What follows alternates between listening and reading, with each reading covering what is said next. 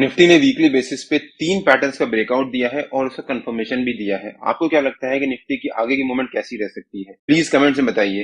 इस वीडियो में मैं अपने व्यूज शेयर करूंगा कि मुझे क्या लगता है कि निफ्टी के अगले हफ्ते की मूवमेंट कैसी रह सकती है, और उसके बाद देखेंगे कि निफ्टी के अगले हफ्ते के लेवल्स क्या रह सकते हैं।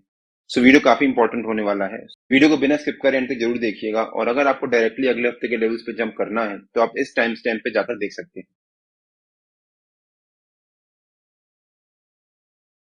Hello friends, welcome to trade to spend. Nifty के वीकली एनालिसिस के एक और वीडियो में आपका स्वागत है। होप आपने हमारा पिछले हफ्ते का वीडियो देखा होगा जिसमें हमने अपने इस हफ्ते के लेवल शेयर किए थे। हमने जैसा मेंशन किया था निफ्टी ने वैसा ही मूवमेंट दिया। अगर आपने वो वीडियो नहीं देखा है तो उसका लिंक मैंने डिस्क्रिप्शन में डाल दिया है और आपको ऊपर यहाँ पर आई बटन में मिल जाएगा। मैं रिकमेंड करूंगा कि एक बार आप वो वीडियो जाकर जरूर देखिएगा, उससे आपको आइडिया होगा कि निफ्टी की मूवमेंट कैसे निकाल सकते हैं और आप खुद अपने लेवल्स निकाल पाएंगे। अगर हम निफ्टी के डेली चार्ट पे देखें एक बार, हमने कहा था कि निफ्टी अगर मंडे को 19505 जो कि एक इंपॉर्टेंट लेवल है, और अगर निफ्टी मंडे को 19505 के ऊपर सस्टेन करता है और ट्यूसडे को मंडे के हाई के ऊपर ट्रेड करना शुरू करता है तो वो निफ्टी के लिए काफी पॉजिटिव हो सकता है। और अगर निफ्टी ट्यूसडे को मंडे के हाई के ऊपर क्लोजिंग देता है तो हो सकता है निफ्टी में ऊपर की तरफ एक अच्छी रैली आए और हमारा जो वीकली रेजिस्टेंस है 19650, निफ्टी उसको भी ब्रेक करे और उसके ऊपर सस्टेन करे।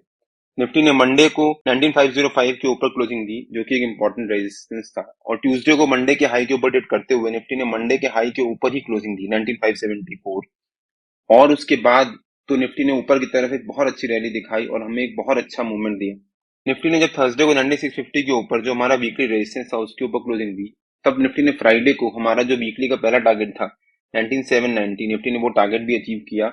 और हम कह सकते हैं कि निफ्टी ने बहुत अच्छी क्लोजिंग दी है, और साथ साथ निफ्टी ने कई सारे पैटर्न्स का कंफर्मेशन भी दिया है। अगर हम निफ्टी को ध्यान से देखें तो निफ्टी जिस ट्रेंड लाइन से रेजिस्टेंस ले रहा था डेली बेसिस पे, निफ्टी ने उस ट्रेंड लाइन को ब्रेकआउट दिया था, और उसके बाद उस ट्रेंड लाइन के ऊपर सस्टेन करते हुए निफ्टी ने उसका कंफर्मेशन भी दिया। प्लस निफ्टी डेली बेसिस पे जो ये एक ट्रायंगल पैटर्न बना रहा था, निफ्टी ने उस ट्रायंगल पैटर्न का भी ब्रेकआउट दिया था यहाँ पर, और साथ में उसका कंफर्मेशन भी दिया था, जो कि निफ्टी के लिए ओवरऑल पॉजिटिव हो जाता है। अगर हम निफ्टी के वीकली चार्ट पे वापस आ जाते हैं एक बार, निफ्टी ने जिस ट्रेंड लाइन से डेली बेसिस पे रेजिस्टेंस ले रहा था, निफ्टी ने वीकली बेसिस पे भी 6 हफ्ते बाद उस ट्रेंड लाइन का रेजिस्टेंस को ब्रेकआउट दिया था, और फाइनली इस हफ्ते निफ्टी ने उसके ऊपर क्लोजिंग देकर उसका भी कंफर्मेशन दिया है। प्लस निफ्टी जो वीकली बेसिस पे एक ट्रायंगल पैटर्न बना रहा था, निफ्टी ने फाइनली उस ट्रायंगल पैटर्न का जो ब्रेकआउट दिया था पिछले हफ्ते उसका भी कंफर्मेशन दिया है, बिकॉज निफ्टी ने इसके ऊपर क्लोजिंग दी है इस हफ्ते। प्लस निफ्टी जो पिछले 3 हफ्ते से एक रेंज बना रहा था, निफ्टी ने उस रेंज का भी ब्रेकआउट दिया है और उसके ऊपर इस हफ्ते उसके ऊपर क्लोजिंग देकर उसका भी कंफर्मेशन दिया है। तो हम कह सकते हैं कि निफ्टी ने 3 हफ्ते लगातार जो एक रेंज बनाई थी उसका ब्रेकआउट दिया और उसका कंफर्मेशन दिया। तो निफ्टी ने 3 ऐसे बड़े बड़े जो पैटर्न है निफ्टी के, जिसको हम एक इंपॉर्टेंट पैटर्न मानते हैं, निफ्टी ने उसका ब्रेकआउट दिया है और उसका कंफर्मेशन भी दिया है। जैसे निफ्टी ने जो रेंज बनाई थी उस रेंज का ब्रेकआउट दिया, प्लस उसका कंफर्मेशन दिया। निफ्टी ने ट्रायंगल पैटर्न का ब्रेकआउट और कंफर्मेशन दिया, ट्रेंड लाइन रेजिस्टेंस का ब्रेकआउट और कंफर्मेशन दिया, और निफ्टी एक वीकली बेसिस पे एक बहुत इंपॉर्टेंट पैटर्न बना रहा था जिसका निफ्टी ने ब्रेकआउट दिया है और कंफर्मेशन दिया है। वो है ये pole and flag pattern. Nifty यहाँ पर वीकली बेसिस पे एक पोल एंड फ्लैग पैटर्न बना रहा था, और फाइनली निफ्टी ने उस पोल एंड फ्लैग पैटर्न का भी ब्रेकआउट दिया है यहाँ पर, और साथ साथ उसके ऊपर सस्टेन करते हुए उसका कंफर्मेशन दिया है।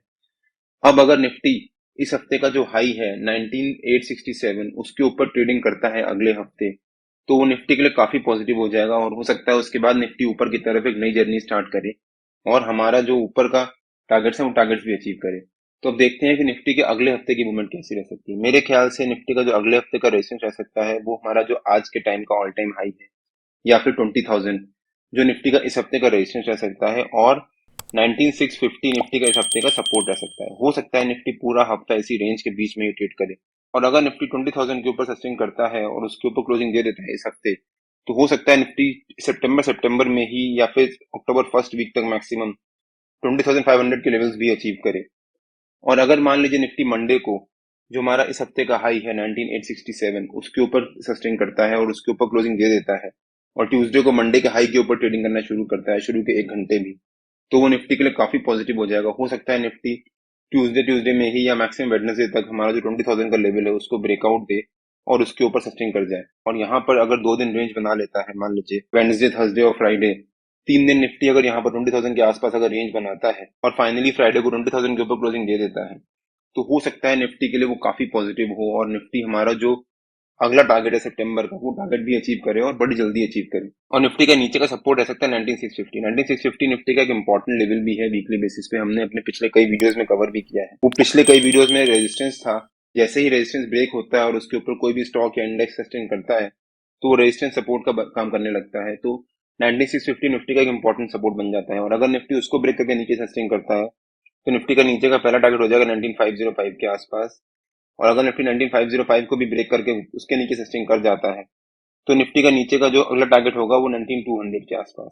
19200 हमने काफी टाइम से कवर भी किया है कि 19200 निफ्टी का एक इंपॉर्टेंट सपोर्ट था, जिसको निफ्टी ने ब्रेक करने में काफी मुश्किल हुई और निफ्टी ने वहां से फाइनली एक बाउंस दिखाया।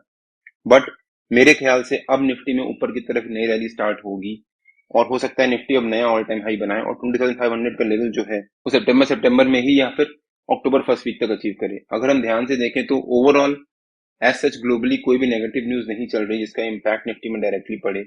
प्लस कोविड के बाद से जितनी भी कंट्रीज ने अपना इकोनॉमी चेंजेस किए थे या फिर उन्होंने अपना इंटरेस्ट रेट बढ़ाए थे या जो भी एक्शन लिया था उसका अब रिजल्ट आना शुरू हो जाएगा, बिकॉज उसको करे हुए भी अब 2-3 साल होने वाले हैं। तो उसका जो इम्पैक्ट पड़ेगा वो पॉजिटिव इम्पैक्ट पड़ेगा, जिस वजह से निफ्टी में फिर से एक पॉजिटिव मूवमेंट आएगी। हो सकता है उसके बाद निफ्टी ऊपर का सारा टारगेट अचीव करे। मेरे ख्याल से निफ्टी में अब ऊपर की तरफ एक अच्छी रैली आएगी। हो सकता है निफ्टी 2500 या फिर अक्टूबर में ही 21,000 के लेवल्स भी अचीव करे। निफ्टी और बैंक निफ्टी के जो भी लेवल्स होते हैं वो डेली बेसिस पे मैं अपने टेलीग्राम चैनल में पोस्ट करता रहता हूँ। अगर आपने मेरा टेलीग्राम चैनल ज्वाइन नहीं किया है तो उसका लिंक मैंने डिस्क्रिप्शन में डाल दिया है, और आप मेरे को टेलीग्राम में ट्रेड टू स्पेंड नाम से सर्च मार्केट ज्वाइन कर सकते हैं। अगर आपको वीडियो अच्छा लगा हो तो please like share and subscribe और बेल आइकन जरूर हिट कर लीजिएगा, सो दैट जब भी मैं अपना अगला वीडियो पोस्ट करूँ आपको नोटिफिकेशन आ जाए। Till than happy trading in जय हिंद।